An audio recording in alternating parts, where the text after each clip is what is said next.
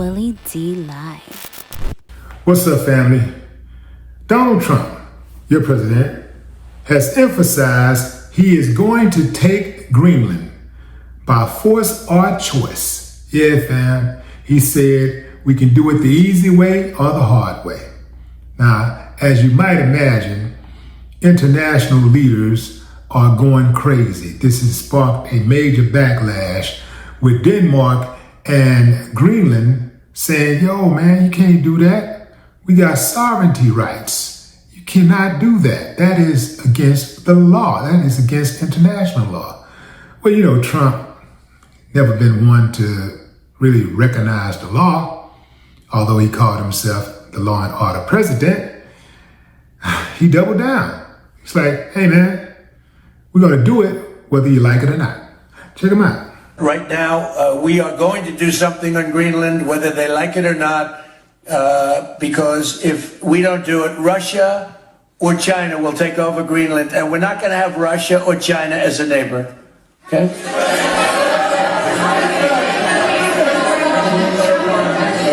I would like to make a deal, you know, the easy way, but if we don't do it the easy way, we're going to do it the hard way. Dude gonna mess around and get us all killed, man. You know, that ego is something else. You know how many people are no longer with us? You know how many people we're walking on because of ego?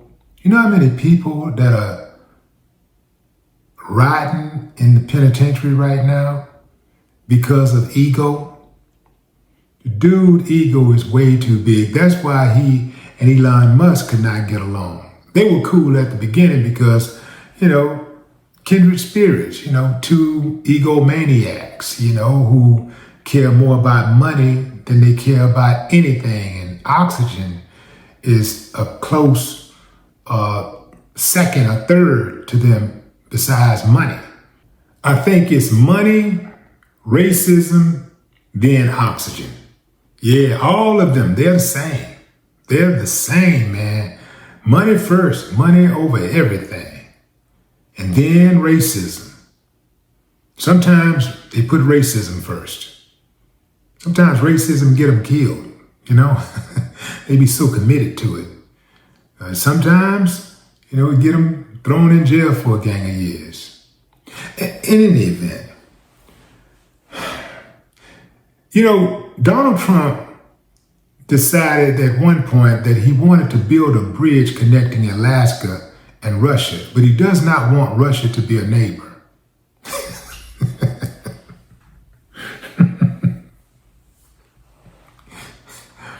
Make it make sense. You can't. The dude is going to get everybody killed, man. I'm telling you. And here's the deal. He don't care because he's 80 years old. You know, he done bought everything, went to the biggest parties, all of the events. You know, he can't get out no more in bed. Not to say that he ever did, but, you know, his pee-wee don't work no more. So he's 80 years old. He probably don't even give a damn whether he live or die. At this point, it's just about evening the score.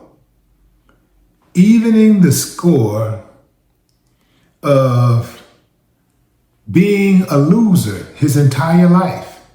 And now he just wants to get back at everybody, you know? He want to get back at his baby mamas. He want to get back at the kids who excelled past him when they were, you know, in school and maybe in the neighborhood.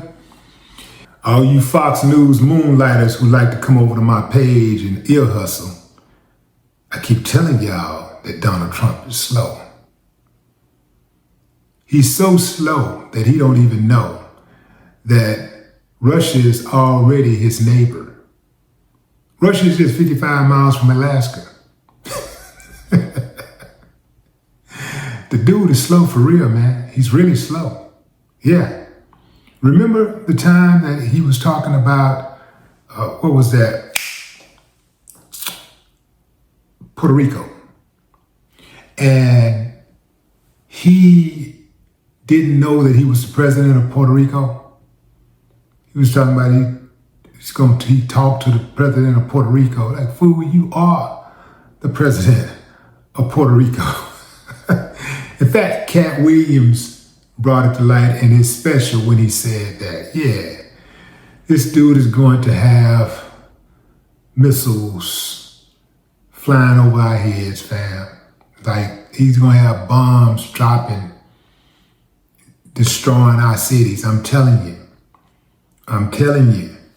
In these countries, they got to be very careful. These other countries have to be very careful, because once he gets Greenland, what's going to stop him from getting Brazil, or the next, island or whatever? What's going to stop him? What's going to stop him from snatching up the next mainland? What's there to stop him? Nothing. Don't be sitting back watching the bully others and think that the bully won't eventually find his way to you. He will. Donald Trump is on his last leg. He really don't care how it go down, as long as he's not hurt. Now, don't get me wrong. Now, he ain't that big of a fool. He don't want to get hurt.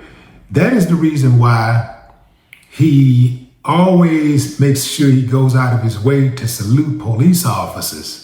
He cares about police officers unless he got his minions at the Capitol storming and beating them up and busting them across the head and killing them, right? Then he just try to sweep that under the rug. You notice that they don't talk about that police officer that got killed at the Capitol riots, right? They don't even talk about it. I mean, they talk more about the Ashley Babbitt chick, the criminal. Yeah, the terrorist. They talk more about her. In fact, this past January 6th, they honored her, not the police officer. They honored her. But they'll have us think that they really care about police officers, but only when the police officers are enforcing law or just treading on the rights of blacks and other people that are not white. Then that's the only time they really care about police officers. But police officers, many of them are so slow, they really think that they're on their side, but they're not. The police officers are also pawns because they're being used to do the bidding of the uncivilized whites in America. That's right, I said it. The police officers are used as pawns to do the bidding of uncivilized white folks in America. So Trump just wants to make sure he got some protection when they come for his ass. When they come to get him, he want to make sure that the police go easy on him, right? Remember when he was going back and forth to court, when he was, on trial and all of that? Remember how gently and cordial the police officers were when they would escort him in and out? They never had a frown on their face. They never was tough like that. Normally, they try to act tough and have that stoic look. None of that, They were really chum, with Trump. They were really nice to him. Yeah, that's because all of them are in the same club. It's just that those police officers got a much lower pay grade. Yeah, they got a much, much, much lower pay grade. But they'll go out and do the bidding. Yeah, just like all of these other so-called white supremacist dudes who take guns and go up in these stores and schools and all this stuff, just shooting innocent people, killing innocent people. They say they love America so much, but they're part of the reason why, a big part of the reason why America is so dangerous. It's them. Yeah, but they love it. They love it so much. And you got dummies out there that believe it. Trump, I do believe, he don't necessarily have a death wish because he don't believe that he's gonna get touched.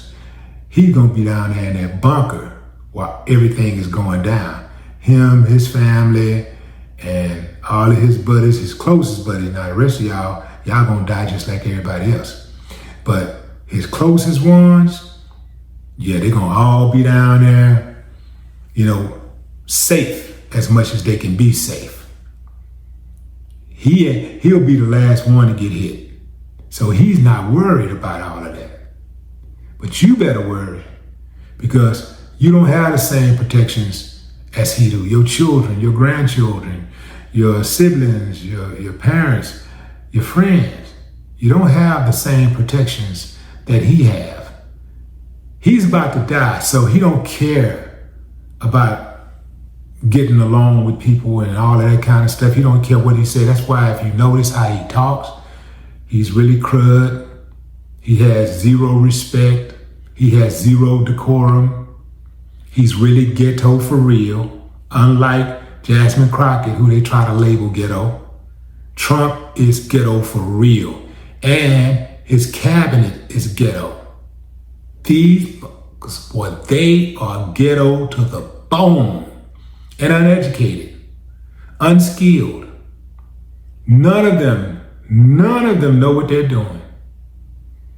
But they're in the White House calling shots. It is absolutely amazing, how that works out. And they talk about DEI. Every single pick he has in his cabinet is a DEI hire. He's a DEI hire, right? The only reason why Trump got in is because a black man became the president of the United States. And whether you cut for Obama or not, that ain't even the question. We're talking about the fact that people were cool with black folks being mayors and governors and senators and all of these other stuff. All these other things. But once a black man became the commander-in-chief, even before he became the commander-in-chief, some of y'all can go back to when you started seeing the true colors of your white friends, and they started tripping. They were like, I remember I was with a group once at a restaurant, and one of the so-called buddies, white dude, had a girlfriend, and we were talking about the elections. We were talking about the upcoming elections at that time. Barack was on the campaign trail in 2007. So yeah, he was leading up to 2008 elections. So we got on the topic of Obama, and she said, yeah, we were talking about how he could become president. And she said, yeah, if they don't kill him. Like, why would you say something like that? And why did you say it with such anger? I checked her right on the spot. Yeah, I just don't think he's qualified. I say, and was Ronald Reagan qualified? What do you think about Ronald Reagan? I think Ronald Reagan was a good president. Well, we made him qualified to be the president. Okay, he has some experience as governor. Barack has some experience as senator. Plus, he was a community liaison. He was in the community for real, working with the people. But I didn't belabor it. I just jumped on it and jumped off because I just wanted to test her temperature, because I just knew. The reason why she said that is because it was a black man who was about to become the president of the United States of America. And they were cool with all of these other failed presidents, all of these white presidents that sent them through all kind of hell, through recessions and depressions and everything else. But the moment it looked like a black man might win it, might become the president of the United States, they started hooping and hollering, we want our country back. No more talk.